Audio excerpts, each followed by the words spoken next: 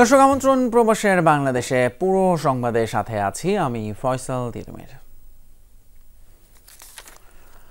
প্রভাবশালী মিলিশিয়া প্রধান ঘেনি ওয়াকে গ্রেপ্তার হত্যার জেরে হঠাৎ করে উত্তপ্ত লিবিয়া। ভয়াবহ সংঘর্ষে জড়িয়েছে সশস্ত্র গোষ্ঠীগুলো। সোমবার রাতে ব্যাপক গোলাগুলি এবং বিস্ফোরণ হয়েছে রাজধানী ত্রিপলিতে। হতাহত হয়েছেন বেশ কয়েকজন। পরিস্থিতি মোকাবেলায় বেশ কয়েকটি এলাকায় লকডাউন জারি করেছে কর্তৃপক্ষ। বাংলাদেশিদের জন্য জারি করা হয়েছে বিশেষ সতর্ক বার্তা। সব পক্ষকে শান্ত থাকার আহ্বান জাতিসংঘের। একের পর এক গুলি বিস্ফোরণে হঠাৎই রণক্ষেত্র ত্রিপলি। সোমবার রাত ৯টায় ভয়াবহ হয়ে ওঠে লিবিয়ার রাজধানীর পরিস্থিতি। ক্রমাগত বোমার শব্দে প্রকম্পিত হয় দক্ষিণাঞ্চল। এর আগে হত্যা করা হয় লিবিয়ার সবচেয়ে শক্তিশালী খ্যাত মিলিশিয়া বাহিনী এসএস এর প্রধান আল কিকলি ওরফে ঘেনিওয়াকে। জানা গেছে গেল কয়েকদিন ধরেই আঞ্চলিক গোষ্ঠীগুলোর সাথে বিরোধ চলছিল তার, যার জেরেই রাজধানীতে ছড়ায় সহিংসতা। এ সময় নিরাপত্তা কর্মীদের সাথে সংঘর্ষে জড়ায় সশস্ত্র গোষ্ঠীগুলো। প্রাথমিকভাবে কয়েকজন বেসামরিক সহ নিরাপত্তা বাহিনীর সদস্যদের হতাহতের খবর পাওয়া গেছে।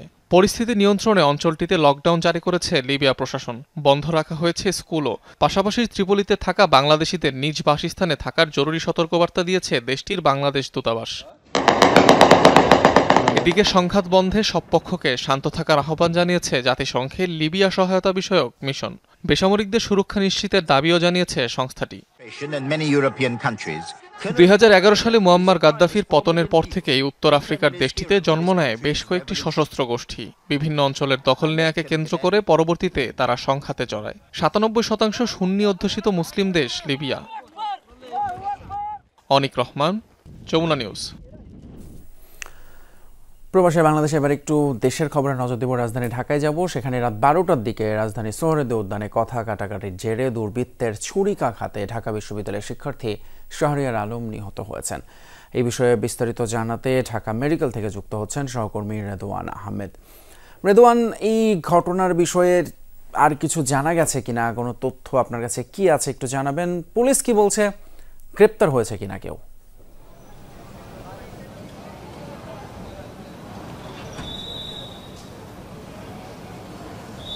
ফয়সাল, রাত আনুমানিক ১২টার দিকে রাজধানীর সোহরাওয়ার্দী উদ্যানের পাশেই বাইক, যতদূর পর্যন্ত জানা গেছে যে মোটর সাইকেলের ধাক্কা লাগার কারণে পরে বাকবিতণ্ডা হয় এবং তার পরপরই কিন্তু সেই বাকবিতণ্ডার জেরে তাকে, যে ঢাকা বিশ্ববিদ্যালয়ের একজন শিক্ষার্থীকে ছুরিকাঘাত করে পালিয়ে যায় দুর্বৃত্তরা। প্রাথমিকভাবে এমনটি জানা গেছে। এখন পর্যন্ত ঢাকা মেডিকেলে আসার পর যেটি জানা যায় যে রাত 12:30টার দিকে তার যে আহত অবস্থায় তাকে নিয়ে আসা হয় ঢাকা মেডিকেলে এবং তার পরপরই চিকিৎসকরা কিন্তু রাত 12:30টার কিছুটা পরেই কিন্তু তাকে মৃত ঘোষণা করে এবং এই ঘটনায় তার দু একজন সহপাঠীদের সাথেও কথা হয়েছে এবং পুলিশের সাথেও কথা হয়েছে। এখন পর্যন্ত কাউকে গ্রেফতার কিংবা আটক দেখানো হয়নি, তবে একজনকে ইতিমধ্যেই পুলিশের কাস্টাডিতে নেওয়া হয়েছে, পুলিশের কাছে আছে এমনটি কিন্তু আমরা জানাচ্ছি, কিন্তু পুলিশের পক্ষ থেকেও নিশ্চিতভাবে কিছু বলা হয়নি। তবে এখন পর্যন্ত যেটি জানা গেছে যে এই ঢাকা বিশ্ববিদ্যালয়ের শিক্ষার্থী শাহরিয়ার, তিনি ঢাকা বিশ্ববিদ্যালয়ের মাস্টার্সের শিক্ষার্থী ছিলেন, 18-19 বর্ষের, এবং সে ঢাকা বিশ্ববিদ্যালয়ের এফ রহমান হলে কিন্তু থাকতেন এবং বন্ধুদের সাথে আড্ডা দেওয়ার এক পর্যায়ে কিন্তু তিনি সেই সোহরাওয়ার্দী উদ্যানের পাশে মোটরসাইকেল দিয়ে যাওয়ার সময় কিন্তু এই দুর্ঘটনার মুখে পড়েন এবং তার পরপরই কিন্তু তার এই নিহতের খবর শুনে তার বন্ধু সহপাঠী সহ সকলেই কিন্তু ঢাকা মেডিকেলে ছুটে এসেছেন এবং তাদের কাছ থেকে আমরা যেটি জানতে পেরেছি যে ঠিক 12টার দিকে কিন্তু এই ঢাকা মেডিকেল কলেজের তাকে 12:30টার দিকেই তাকে নিয়ে আসা হয় এবং ঘটনাটি মূলত 12টার এবং সেখানেই তাকে সোহরাওয়ার্দী উদ্যানের ঠিক পাশ থেকে তাকে তার আরেক বন্ধু উদ্ধার করে ঢাকা মেডিকেল কলেজে নিয়ে আসে। তারপরেও আমরা দেখলাম ঢাকা মেডিকেল কলেজের আসার পরপরই একটি প্রক্টোরিয়াল টিম ঢাকা বিশ্ববিদ্যালয়ের, সেই টিম কিন্তু ভেতরে গেছে আসলে সুষ্ঠু তারা আসলে দেখবেন যে আসলে মূল ঘটনাটি নিশ্চয়ই তারা খতিয়ে দেখবেন এবং তারপরে আমরা যতদূর জানতে পেরেছি যে সেই প্রক্টোরিয়াল টিমের পক্ষ থেকে আসলে আমরা আসলে বিস্তারিত জানতে পারবো যে মূল ঘটনাটি আসলে কি এবং এই ঘটনায় কি এখন পর্যন্ত কাউকে আটক করা হয়েছে কিনা কিংবা এই ঘটনার সর্বশেষ কিন্তু আমরা তখনই আপনাদের জানাতে পারবো। ধন্যবাদ আপনাকে। ঢাকা মেডিকেল থেকে জানাচ্ছিলেন ঢাকা বিশ্ববিদ্যালয়ের এক শিক্ষার্থীর নিহত হওয়ার ঘটনা। কার্যকর এবং টেকসই হলে মিয়ানমারের রাখাইনে জাতিসংঘের মানবিক করিডোর কাম্য বলে মনে করেন জাপানের রাষ্ট্রদূত সাইদা শিনিচি। বলেন, চলতি মাসে প্রধান উপদেষ্টা ডক্টর ইউনূসের জাপান সফরে দুই দেশের দ্বিপাক্ষিক বৈঠক হবে, আর এতেই আঞ্চলিক সহ নানান ইস্যুতে আলোচনা হবে। বিকেলে পররাষ্ট্র মন্ত্রণালয়ে এক ব্রিফিংয়ে এসব তথ্য জানান জাপানের রাষ্ট্রদূত। Human aid corridor is desirable, of course, if it's doable. We are closely, working with the United Nations and other partners of the international community. But at the same time, I must tell you that we cannot send our ambassador. গ্রিসে Bangladeshi অধ্যুষিত এলাকা মনোলদায় ভয়াবহ অগ্নিকাণ্ডের ঘটনা ঘটেছে। মঙ্গলবার স্থানীয় সময় দুপুরে বাংলাদেশি শ্রমিকদের বস্তিতে এই অগ্নিকাণ্ডের ঘটনা ঘটে। এতে ব্যাপক ক্ষতিগ্রস্ত হয়েছেন সেখানে বসবাসরত প্রবাসী বাংলাদেশিরা। পুড়েছে প্রবাসী শ্রমিকদের বেশ কিছু অস্থায়ী বসতি। আগুনে পুড়ে ক্ষতিগ্রস্ত হয়েছে তাদের পাসপোর্ট, গুরুত্বপূর্ণ কাগজপত্র সহ নগদ অর্থ। বেশ কিছু সময় চেষ্টার পর আগুন নিয়ন্ত্রণে আনে ফায়ার সার্ভিস। কর্তৃপক্ষের ধারণা, গ্যাসের সিলিন্ডার বিস্ফোরণের ফলেই আগুন ধরে যায় এখানে। মূল কারণ জানতে শুরু হয়েছে তদন্ত। এই ঘটনায় কেউ হতাহত হয়নি। ফিনল্যান্ডে চেরি ফুল ফোটা উপলক্ষে পালিত হচ্ছে উৎসব। প্রতিদিনই প্রকৃতির এই সুন্দর রূপ দেখতে ভিড় করছেন প্রবাসী বাংলাদেশি সহ বহু মানুষ। দেশটির বিভিন্ন পার্কে চেরি ফুলের গাছগুলোতে ফুটেছে থোকা থোকা ফুল। কাজের ফাঁকে প্রকৃতির এই সৌন্দর্যকে উপভোগ করতে চান অনেকেই। চেরি ব্লজম বা সাকুরা উৎসব জাপানি সংস্কৃতির প্রতি ভালোবাসা এবং শ্রদ্ধার প্রতীক হিসেবে পালিত হয়। গোলাপি ফুলের আভায় ছেয়ে যায় পার্কের পরিবেশ। প্রতি বছর মে মাসে পালিত হয় এই উৎসব। স্থানীয়দের পাশাপাশি প্রবাসী বাংলাদেশিরাও অংশ নেন এই উৎসবে। পরিবার, পরিজন কিংবা বন্ধুদের সাথে নিয়ে অবসর কাটান, মনোরম সুন্দর প্রাকৃতিক সৌন্দর্য উপভোগ করে।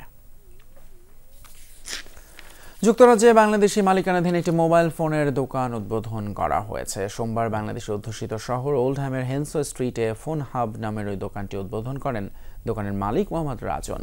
দোকানটিতে নতুন এবং পুরাতন মোবাইল, ল্যাপটপ, ট্যাবলেট রিপেয়ার ছাড়াও হাই স্কুল এবং প্রাইমারি স্কুলের বাচ্চাদের ইউনিফর্মও পাওয়া যায় বলে জানান প্রতিষ্ঠানটির মালিক। এ সময় উপস্থিত প্রবাসী বাংলাদেশিরা জানান, এর মাধ্যমে তাদের মোবাইল ফোনের চাহিদা পূরণ হবে। এখানে ফোন হাবের মোবাইল জাতীয় অ্যাক্সেসরিজ, নতুন মোবাইল ফোন, পুরাতন মোবাইল ফোন, সাথে সাথে ল্যাপটপ, কম্পিউটার এবং আপনাদের আইপ্যাড, সব ধরনের রিপেয়ার সার্ভিস এখানে করা হবে। বিদেশে চিকিৎসা ব্যয়ের সর্বোচ্চ সীমা বাড়িয়েছে কেন্দ্রীয় ব্যাংক। এখন থেকে বার্ষিক ভ্রমণ কোটার বাইরে চিকিৎসার জন্য বছরে $15,000 সমপরিমাণ বৈদেশিক মুদ্রা ছাড় করতে পারবে। এতদিন সর্বোচ্চ সীমা ছিল $10,000। এই জন্য কেন্দ্রীয় ব্যাংকের অনুমতি লাগবে না। সোমবার এই সংক্রান্ত নির্দেশনা ব্যাংকগুলোতে পাঠানো হয়। ভ্রমণ কোটায় এমনিতেই একজন বছরে $12,000 খরচ করতে পারেন, এজন্য কেন্দ্রীয় ব্যাংকের অনুমতির দরকার হয় না। ব্যাংকগুলো এই পরিমাণ বৈদেশিক মুদ্রা এন্ডোর্স করতে পারে। এর বাইরে চিকিৎসা বাবদ ব্যয়সীমা $10,000 থেকে বাড়িয়ে $15,000 করা হলো। লেবাননে বাংলাদেশ প্রবাসী অধিকার পরিষদের ৫ম প্রতিষ্ঠাবার্ষিকী পালিত হয়েছে। রোববার এই উপলক্ষে বিশেষ আলোচনা সভার আয়োজন করে সংশ্লিষ্টরা। অনুষ্ঠানে সভাপতিত্ব করেন সংগঠনের সভাপতি ফিরোজ টাকুয়া। অনুষ্ঠান সঞ্চালনা করেন সাধারণ সম্পাদক সুমন হাওলাদার এবং যুগ্ম সাধারণ সম্পাদক আসাদুল ইসলাম। অনুষ্ঠানে প্রধান অতিথি হিসেবে ভার্চুয়ালি বক্তব্য রাখেন গণ অধিকার পরিষদের সভাপতি নুরুল হক নূর। আয়োজনে বিশেষ অতিথি ছিলেন রেজাউল করিম, লুৎফর রহমান, শামীম আহমেদ, ফোরকান আহমেদ এবং বিলাল হোসেন। এ সময় জাতীয় সংসদ নির্বাচনে প্রবাসীদের ভোটাধিকার এবং প্রতিনিধিত্ব নিশ্চিতের পাশাপাশি যৌক্তিক 10 দফা দাবি দ্রুত বাস্তবায়নের জোরালো দাবি জানান তারা। আলোচনা শেষে কেক কেটে উদযাপন করা হয় প্রতিষ্ঠাবার্ষিকী। সৌদি আরবে প্রবাসী ব্রাহ্মণবাড়িয়া জেলা বিএনপির নতুন কমিটি ঘোষণা এবং আহ্বায়ক কমিটির বিদায়ী সম্বর্ধনা অনুষ্ঠিত হয়েছে। রাজধানীর রিয়াদে আয়োজিত অনুষ্ঠানে সভাপতিত্ব করেন প্রবাসী ব্রাহ্মণবাড়িয়া জেলা বিএনপির আহ্বায়ক আমিনুল ইসলাম খান সাধন। সঞ্চালনা করেন সংগঠনের সদস্য সচিব বকুল হোসেন। অনুষ্ঠানে প্রধান অতিথি ছিলেন প্রবাসী যুগ্ম আহ্বায়ক জনাব মামুনুর রশিদ চৌধুরী। প্রধান বক্তা ছিলেন যুগ্ম আহ্বায়ক হুমায়ুন কবির। এ সময় বিশেষ অতিথি হিসেবে নজরুল ইসলাম, তানভীর চৌধুরী, শেখ রাকিব এবং রিয়াজ উদ্দিন সহ আরও অনেকেই উপস্থিত ছিলেন। অনুষ্ঠানে আলহাজ মোহাম্মদ কবির হোসেনকে সভাপতি এবং বকুল হোসেনকে সাধারণ সম্পাদক করে নতুন কমিটি ঘোষণা করা হয়।